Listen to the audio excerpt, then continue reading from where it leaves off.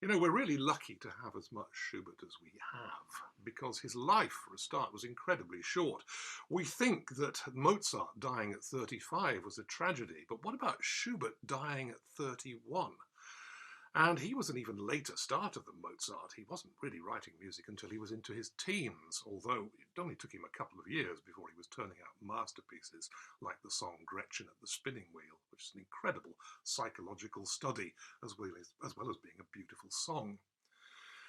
But Schubert, well, I mean, we are incredibly lucky that so much of it survived, and that's not due to Schubert himself.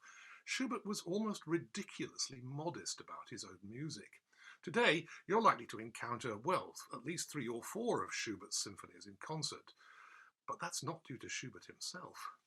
In 1824, when he was in his late 20s, a conductor wrote to him and said, "Oh, we like your songs. Have you written anything for orchestra that we could perform?" And Schubert writes back this incredible letter saying, "Well, no, not really. I'd rather you played something really good by Beethoven, for example, than I should waste your time with anything mediocre."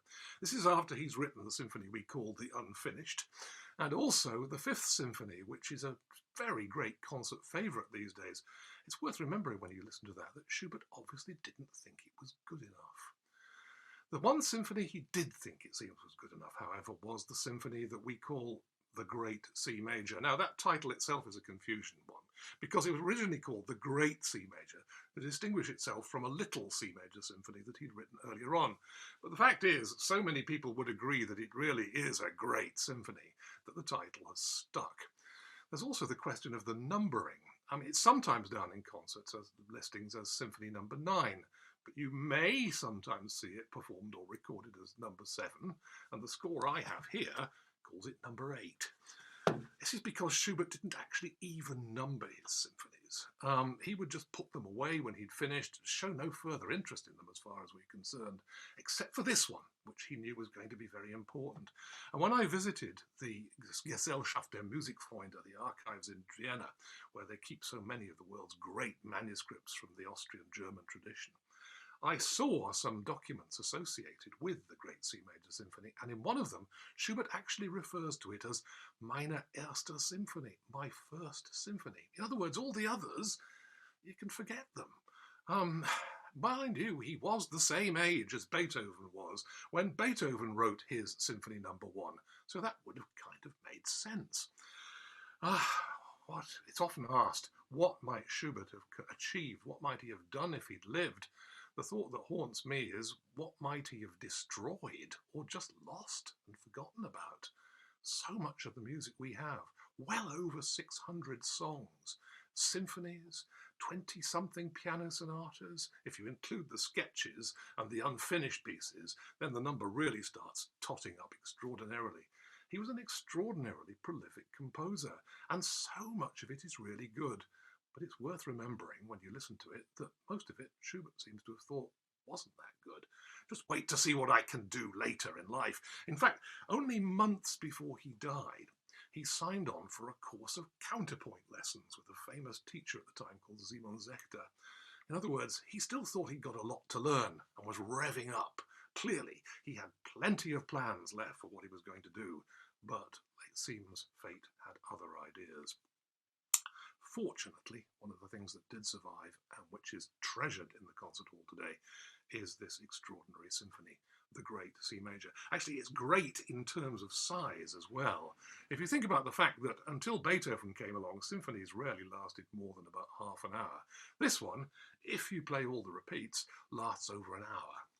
It's a big piece. Beethoven had done that, of course, in his Ninth Symphony, but the Ninth Symphony has voices singing words, so that's a big change. He didn't expect anyone to sit and listen for over an hour to a purely orchestral piece and enjoy it. But the fact is that this thing is so full of life, so full of energy, and so clearly knows where it's going right from the start that you can kind of just surrender to it and let it carry you along. Writing about one of the earliest performances of it, sometime after Schubert's death, the composer Robert Schumann talked about its heavenly length, and an awful lot of people would really agree with him there. There's something else that's very striking about the character of this piece too.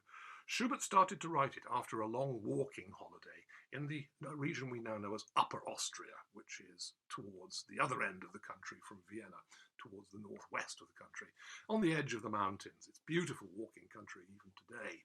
Schubert loved walking and got a lot of his best ideas without walking, and that really seems to have left its mark on the character of the symphony. Even the so-called slow movement sounds like somebody walking. It's got a sort of march quality about it.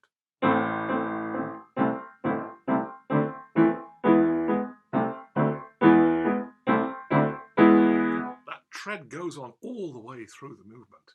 It's extraordinary. The whole symphony seems to be inspired in some way or other by walking, striding, sauntering, ambling, or in the scherzo, dancing. The scherzo actually sounds almost like a waltz ahead of its time.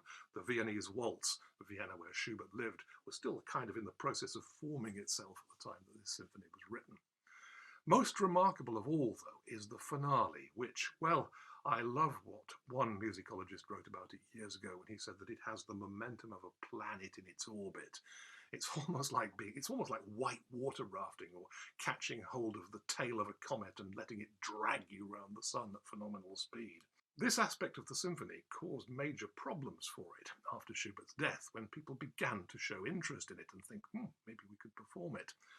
Schumann, for instance, sent it to his friend Felix Mendelssohn, who was almost as famous as a conductor as he was as a composer, and Mendelssohn was sufficiently interested to want to perform it himself. But when he tried it out in Paris, and later with the London Philharmonic Orchestra, the musicians refused to play it. It's rubbish, they said. It's unplayable. Well, just to give you an example of one of the things, in this finale, Schubert writes these figures for the violins.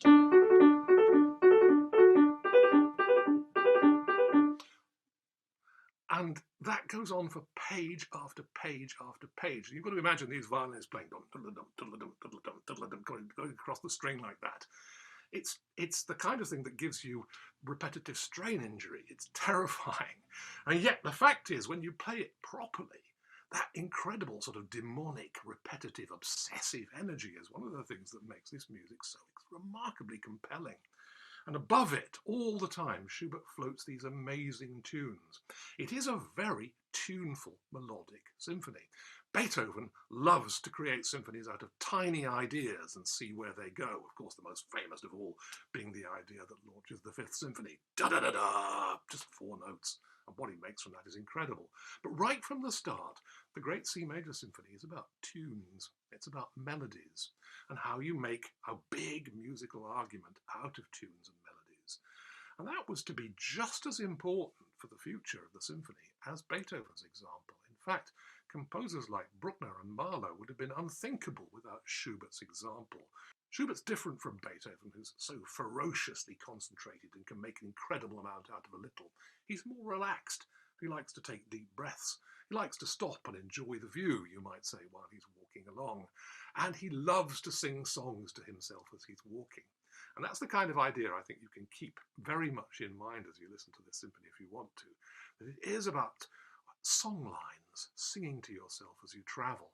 And that goes on right to the end of the symphony, and its breakneck ending. There's still this quality of singing going on, even though the mood, I would say, is pretty ambiguous towards the end. Did Schubert know that his health was seriously compromised, that he was facing a very early death? Sometimes it seems that he does, and sometimes it seems that he doesn't, that he's very optimistic about the future. His music seems to lurch backwards and forwards sometimes between a sunny, cheerful optimism and a real sense of something terrifying and abysmal in the distance. And I think the end of this symphony is a magnificent example of how to combine those two. If you want to ask, is it optimistic, is it hopeful, or is it full of fear and apprehension? I think the answer is yes, both. And that's one of the wonders of this symphony. It's always emotionally subtle. It's always got another side to things. You think you know where you are, and then it changes perspective. That's Schubert too. He's a real poet of ambiguity, of mixed states, of being on the edge, as it were, emotionally, and nowhere more so than in this incredible symphony. And I think it should sit very beautifully alongside the 2 remarkable Viennese works that we're hearing in the first half, the Schwertsik piece and Korngold's beautiful violin concerto, a piece which in some ways breathes the spirit of Hollywood and yet at the same time is a gloriously, beautifully integrated classical violin concerto. I do hope you enjoy it.